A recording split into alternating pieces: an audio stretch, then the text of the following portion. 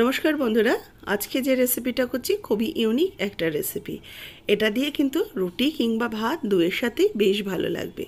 চলুন দেখে নিই কীভাবে তৈরি করছি আজকের এই রেসিপি। আজকে এই রেসিপি তৈরি করার জন্য আমি নেব ডিম। এখানে আমি 3খানা ডিম ফাটিয়ে নিচ্ছি। আপনারা চাইলে আরও বেশি পরিমাণেরও করতে পারেন। আমি 3টে ডিম দিয়েই তৈরি করছি।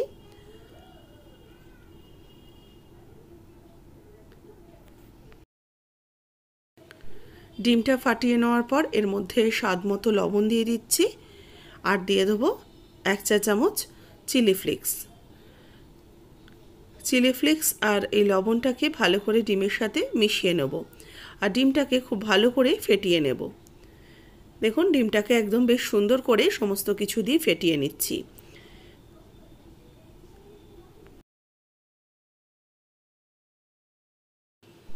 ডিমটা দেখুন ভালো করে ফাটানো হয়ে গেছে। এবার এই ডিমটাকে এরকম একটা ফয়েল প্যাকেট নিয়েছি। ফয়েল প্যাকেটটাকে পরিষ্কার করে ধুয়ে রেখে দিয়েছি। এরকম ফয়েল প্যাকেট কিন্তু আপনারা বাজারেও কিনতে পেয়ে যাবেন। এবার এই প্যাকেটটার মধ্যে আমি একটু সামান্য তেল দিয়ে দিলাম।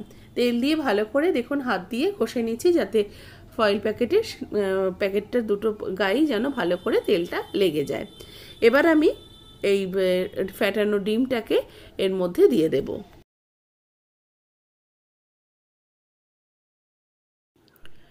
দেখুন, এরকমভাবে ডিমটাকে আমি সম্পূর্ণ ঢেলে দিচ্ছি।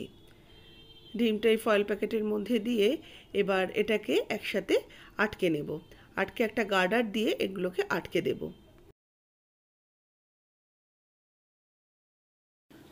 ভালো করে গার্ডার দিয়ে মুখটা আটকে দেব, যাতে এর মধ্যে কোনো রকম জল না ঢুকে যায়। এবার কড়াইতে দেখুন আমি জল একটু গরম হতে বসিয়ে দিয়েছি। এই জলের মধ্যে আমি এই ফয়েল প্যাকেটটা দিয়ে দেবো, যাতে ডিমটা খুব সুন্দরভাবে আস্তে আস্তে বেশ টাইট হয়ে যায়, সেদ্ধ হয়ে যায়। এবার এটাকে ঢাকা দিয়ে 10 মিনিট এইভাবে ফুটিয়ে নেব। এবার একটা মশলা করব, তার জন্য একটা মিক্সিং জার নিলাম। এর মধ্যে কোচানো পেঁয়াজ নিয়ে নিচ্ছি, আদা নিয়ে নেব 1/2 ইঞ্চি। এখানে আমি একটা পেঁয়াজ কুচিয়ে দিয়েছি, আর তার সাথে 5-6 কোয়া রসুন, একটা টমেটো, আর দিচ্ছি 1.5 চামচের মতো কসুরি মেথি। এগুলোকে একসাথে আমি মিক্সিতে পেস্ট করে নেব।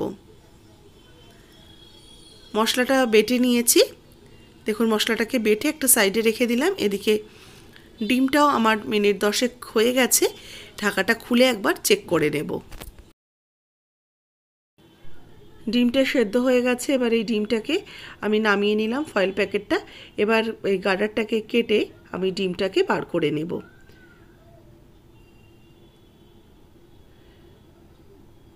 এই দেখুন, এবার ডিমটাকে আমি বার করে নিচ্ছি। সুন্দরভাবে ডিমটা একটা শেপে চলে এসছে। ফয়েল প্যাকেটটা একদমই পরিষ্কার, কিচ্ছু ভেতরে লেগে নেই। এবার এটাকে আমি এইভাবে সোজা করে নিলাম, আর দেখুন বেশ সুন্দরভাবে কিন্তু ডিমটা সেদ্ধ হয়ে গেছে। এবার এটাকে পনিরের মতো করে পিস পিস করে কেটে নেব।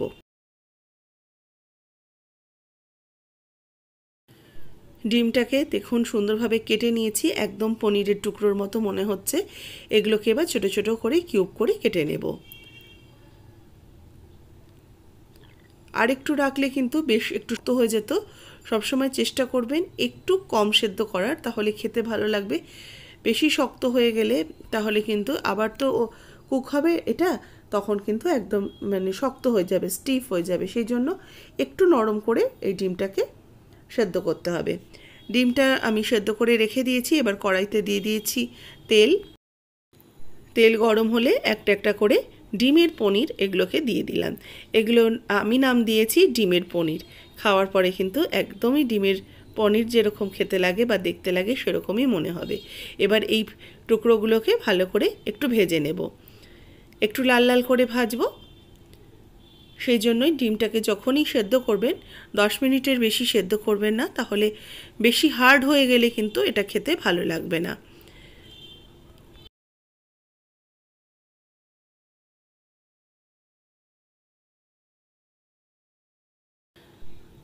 একটা ভালো করে ভেজে নিয়েছি। এবার এগুলোকে আমি তেল ঝরিয়ে উঠিয়ে রাখবো। ডিমগুলো ভাজা হয়ে গেছে। এবার ডিমটাকে তেল ঝরিয়ে উঠিয়ে নেওয়ার পর ওই তেলেই ফোড়ন দিয়ে দেবো জিরে আর দেবো একটা শুকনো লঙ্কা। জিরে আর শুকনো লঙ্কাটাকে কয়েক সেকেন্ড একটু ভাজা ভাজা করে নেব। এবার যে মশলার পেস্টটা তৈরি করে রেখেছি, এবার সেই মশলার পেস্টটা এর মধ্যে অ্যাড করে দিচ্ছি। পেঁয়াজ, আদা, রসুন, টমেটো আর রয়েছে কাসুরি মেথি। এই কাসুরি মেথিটা যখন তেলের মধ্যে পড়ে কষানো হবে, এটা কিন্তু একটা খুব সুন্দর ফ্লেভার দেবে।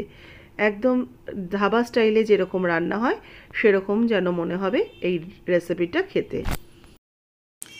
ভালো করে এটাকে কিছুক্ষণ কষিয়ে নেব, এই যতক্ষণ না কাঁচা গন্ধটা চলে যাচ্ছে। যত কষাবেন আস্তে আস্তে দেখবেন এর ফ্লেভারটা এত সুন্দর বের হতে থাকবে, খুব রিচ একটা খাবারের মনে হবে। কিন্তু এতে কিন্তু খুব বেশি যে মশলার বাহুল্য আছে তা নয়, খুব সিম্পল ঘরের মশলা দিয়ে তৈরি করা, অথচ খেতে হবে একদম ধাবা স্টাইলের রান্নার মতো। দেখুন এটাকে বেশ ভাজা ভাজা করে নিয়েছি, মশলাটা বেশ একটু ড্রাই ড্রাই হয়ে গেছে। এবার এর মধ্যে অ্যাড করে দেবো একটু ফ্রোজেন মটরশুঁটি। মটরশুঁটিটা দিয়েও একটু ভালো করে এবার এগুলোকে কষিয়ে নেব। যেহেতু একটা ফ্রোজেন সেই জন্য একটু আগেই দেব, কারণ এগুলো না হলে শক্ত থেকে যাবে, খেতে ভালো লাগবে না। সেই জন্য মশলা কষানোর সময় দিয়ে ভালো করে এটাকে কষিয়ে নেব। এবার কিছু গুঁড়ো মশলা অ্যাড করব। প্রথমে দিচ্ছি হলুদ গুঁড়ো হাফ চা চামচ, ধনের গুঁড়ো হাফ চা চামচ, জিরের গুঁড়ো হাফ চা চামচ, কাশ্মীরি লঙ্কার গুঁড়ো হাফ চা চামচ। এবার এই সমস্ত কিছুকে ভালো করে একটু কষাতে থাকবো। সামান্য একটু জল অ্যাড করব, মশলাটা একটু ড্রাই হয়ে গেছে, তলা থেকে যাতে ধরে না আসে সেই জন্য একটু জল দিয়ে ভালো করে এটাকে কষিয়ে নিচ্ছি। এবার এর মধ্যে স্বাদ মতো লবণ অ্যাড করে দিচ্ছি। লবণ দিয়ে ভালো করে আবারও কিছুক্ষণ কষাতে থাকবো।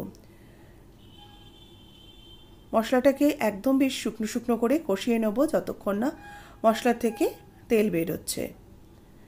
মশলা দেখুন আস্তে আস্তে তেল ছাড়তে শুরু করে দিয়েছে। মশলাটা ভালো মতো আমার খুব সুন্দর করে কষানো হয়ে গেছে। এবার এর মধ্যেই ভেজে রাখা ডিমগুলো দিয়ে দিচ্ছি। এই ডিমটা দিয়ে মশলার সাথে ভালো করে মিশিয়ে নিয়ে ডিম সমেত মশলাটাকে আবারও কিছুক্ষণ কষিয়ে নেব।